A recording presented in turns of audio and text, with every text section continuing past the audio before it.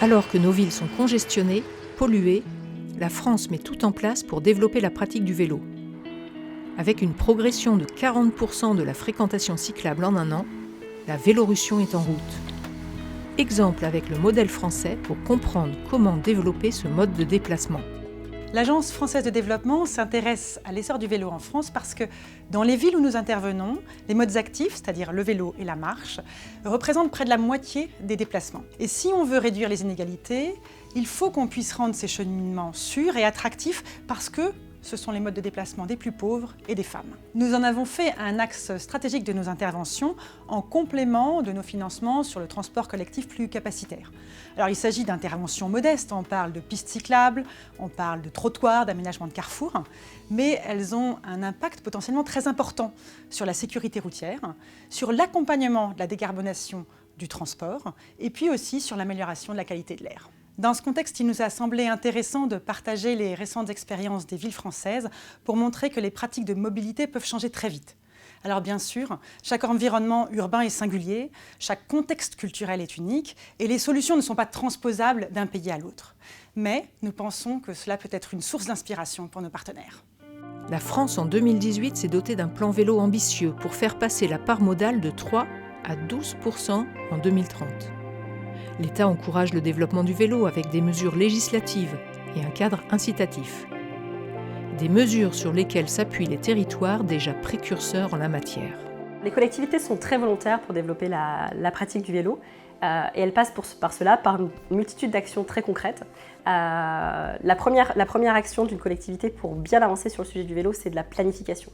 Mettre en place un schéma directeur cyclable et la majorité des collectivités françaises sont en train de se doter de ces schémas qui permettent de planifier pour bien aménager. À côté des aménagements, on a également besoin de ce qu'on appelle des services vélos qui vont permettre de lancer la pratique, de l'accompagner pour la pérenniser. Les services vélos, ce sont les vélos en libre service, les systèmes de location longue durée, les ateliers de réparation, parce qu'on a besoin de savoir réparer son vélo, le stationnement, qui est également indispensable dans une politique cyclable.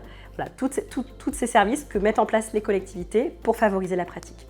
À côté de ces démarches, les collectivités ont la possibilité d'engager des actions efficaces et rapides, qui vont permettre de faciliter la circulation des cyclistes en apaisant l'environnement urbain.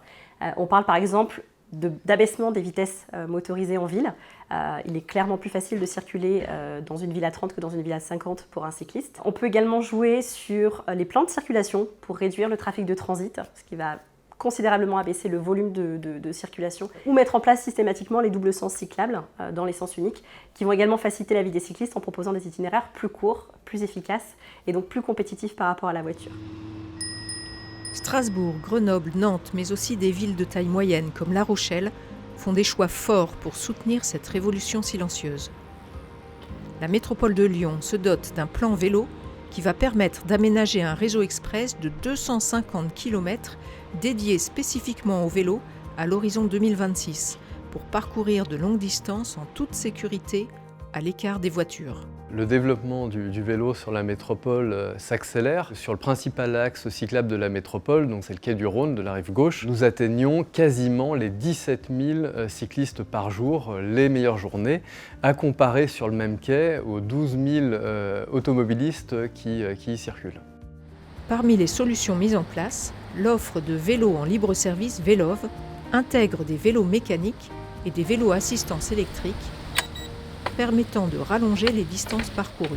En septembre 2021, donc très récemment, on a battu un record d'utilisation des Vélov, donc il y en a 4000 sur la métropole de Lyon, et on a eu 1 million d'utilisations sur un seul mois, le mois de septembre.